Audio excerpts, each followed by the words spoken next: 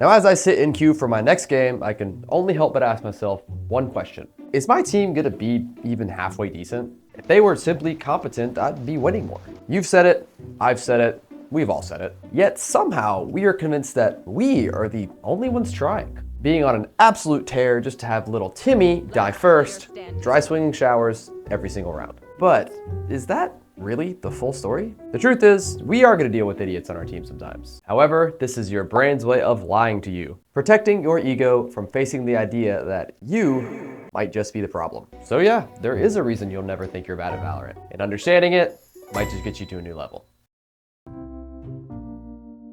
Our brains are always searching for control and really just controllable factors in general. It is simply not a fan of unpredictability, specifically when it comes to threats or any sort of negative outcome. In Valorant Rank, we don't really deal with the threat part. Well, there's some exceptions, but we do have to deal with negative outcomes. In actuality, this is really just evolution. During a lot older times, being able to identify threats was literally life or death. Hearing the bushes rustle could just be the wind blowing, or it could be a fucking tiger about to maul you. We don't have to worry about getting physically mauled in ranked, but our brain still uses this mechanism today. Watching a clueless teammate dry swing garage is still going to trigger feelings of anxiety and frustration. Since the brain does not like randomness, when we see our team play badly, our brain will view this as a chaotic outcome and it will cope. It will reach the conclusion by creating stories where we are still good and that the team failed. Do you want to know what this does? It created the illusion of control. See that? That's the point of this chapter. Your brain is basically telling you, if I can't control the outcome, I can control how I feel. And you're gonna naturally wanna tell yourself that you feel unlucky rather than untalented. And that's where this overall concept starts to meet your ego. Because protecting yourself emotionally is a lot easier than admitting you're just bad. But what is ego? If you look at a Valorant player's definition of ego, it is an auto-locking jet who thinks he's the GOAT and pins all of his problems on everybody else. But what the ego really is, put simply at least, is a combination of your conscious mind and an awareness of your own identity. That invisible little manager in your head whose job is to make you feel like you're still good at something,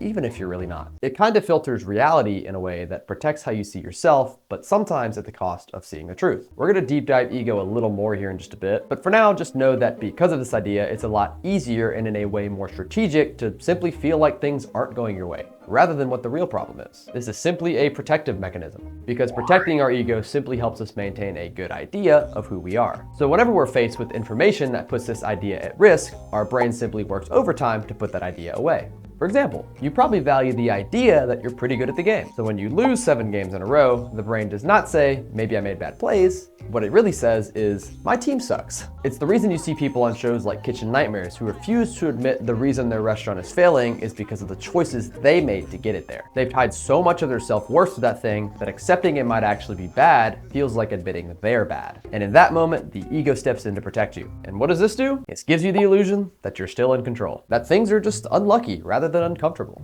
Now, don't get me wrong. There are plenty of unwinnable games out there. My point here is not to convince you that the only issue is you, but by understanding what the ego is trained to do in our heads, it puts us in a position to view things with less emotion and more logic. This in turn allows us to learn more and get to elos where breaches actually dry swing garage a little bit less. Through all this information, we learn how protecting yourself emotionally gets hierarchy over pretty much everything else. But when you learn to set your ego aside, your ability to gain knowledge increases dramatically. Because let's be honest, all jokes aside, telling yourself you're bad kind of fucking sucks. This need to protect our ego does not only shape the way we think, it also shapes our entire identity and the way we see ourselves. And that is where the next problem starts, where every single loss threatens the identity that we have built over time.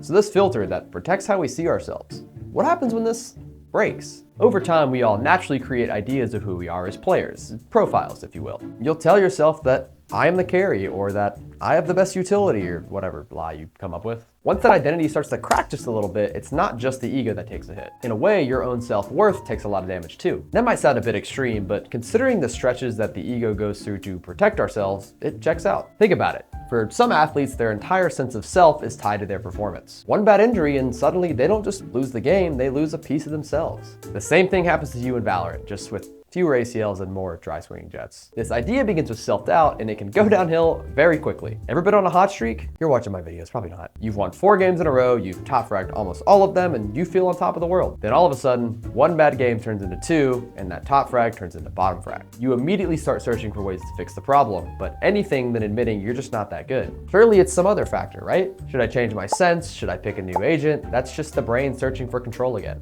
It's trying to fix the feeling of being bad and not the cause. And once you realize this is taking an emotional toll on you as well, congratulations, your skill in Valorant is tied to your identity, and you're having a crisis because of it.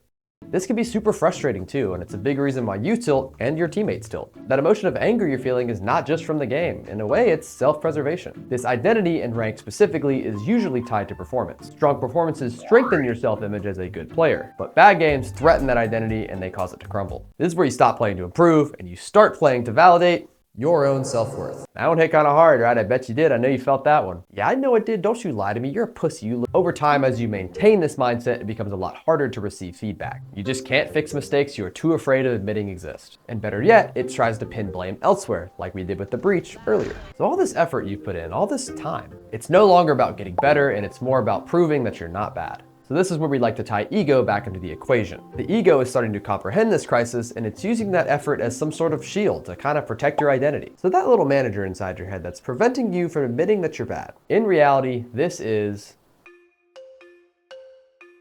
There comes a certain point where you just gotta be real with yourself. Because if you're playing 5+ hours a day and not really improving, then what is the issue? The facade that you're working hard, but you're really just trying to prove something, not learn something. Based on what we've learned so far, the ego simply has a built-in excuse for failing. If you truly try your hardest and it doesn't work, well, your ego and self-image have to come to the realization that you simply aren't good enough. But if you half-ass it or pin the blame elsewhere, it now does become easy to tell yourself, I just didn't try hard enough, or I would have been good enough. All those jet mains with those insufferable egos. Now you kind of see why they act that way. Or maybe you are that jet main, and that's okay, that's why you're here. Your brain is simply using this effort as armor because it needs a reason to protect your identity and self-image. The ego sort of sees this idea of hard work as a form of self-worth for others. If you're seen putting in effort, even if you know that deep down it's not leading to results, you will still feel good. And that emotion is ultimately what the brain is chasing. Anything to avoid feeling bad. And as you can see, this is just effort disguised as armor for our egos. If you never give full effort, you can never truly fail.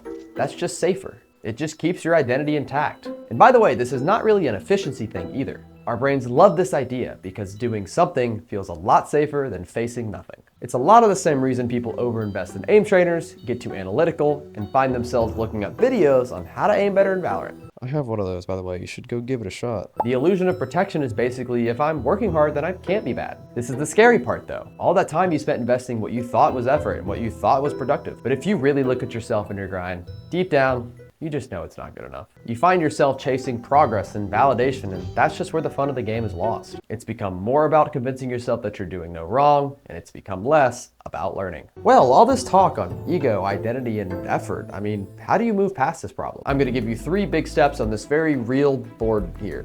Step 1, ever heard of the idea, the process? Fall in love with this concept. This is the idea of moving away from results-oriented thinking and falling in love with growth. Letting go of only getting the rank you dream of. When learning and growing become your primary goal, results hold a lot less weight for your identity. You start to value the growth that comes from effort and devalue the perfectionist that cannot accept failure. And speaking of failure, Step 2, learn to embrace it. Failing is simply something you can't avoid, but it's not something to fear. Let failing be a valuable lesson to the growth you're going to experience, not something you tie your identity and self-worth to. As you learn to remove your ego from short-term results, you'll begin to view the mistakes you make as valuable improvements. We all miss shots from time to time, but once you give yourself the opportunity to learn from those mistakes, you start to fail with a little bit more grace. Whipping an entire mag stops resulting in a lash out. It kind of just becomes a laugh at yourself. It's no longer, I suck, and more of, that didn't work, let's improve it. Step 3, question your motivation. It's time to reflect on why you are sinking so many hours into this game. Are you here to chase some short-term goal of taking pride in a rank? Or are you getting a true internal sense of purpose from the grind? Once you identify that purpose, you can value it over your ego. This leads to so much more authentic and long-term motivation for a goal that actually means something to you, not just some senseless climb. Even though it is just a video game, you can take pride in the fact that you're going through something challenging and you're learning to hone a skill. And ultimately, this process translates to so many other areas in life. You just have to allow it.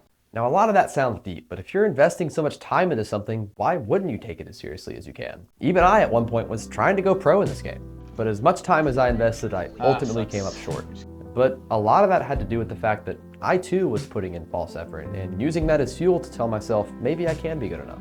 Nowadays, instead of being ashamed, I look back with fond memories. Everything I learned and all the mistakes I made. I find myself proud of the fact that through my failed attempts of going pro and all that comes with that, I learned about this idea that's the process. And to be honest, this process idea helps me go about things in life today. Taking all the failures and the fuck-ups as lessons. Taking pride in everything that I work at. Doing things that I'm not tied to for the boost of my ego, but things that I'm genuinely proud of. And ultimately, the shortcomings of me going pro have led me here, in front of you, just trying to do right by myself and make something I'm proud of. Well, was it really a failure then? Setting aside your ego to be real with yourself and what you truly want is one of the beautiful things of life. Allow yourself to be vulnerable and make mistakes. This is where you can truly flourish. Once you stop trying to protect your identity, you can actually build one that's real. So yeah, this is just a video game, but it can teach you something if you let it. Do something stupid, get emotional, fail. It's easy to be upset at someone else or even upset at yourself, but flip these negatives on their head and utilize them as lessons. So as you walk away from this video, remember that it's okay to be vulnerable and it's okay to be honest with yourself. It's easy to mistreat others or be mistreated yourself when your ego feels threatened. But if you can learn to put it aside, we allow ourselves and those around us to truly prosper. Success in today's world has so many imperfections. So next time you whiff an entire mag or your jet dry swings garage, have a good laugh with it. Although their journey may be different than yours, behind that screen is another human being just trying to figure it out too. If we all learn to have a little more fun in the moment, the outlook of the world around us can start to improve. And that is what it's really all about. Thank you so much for watching.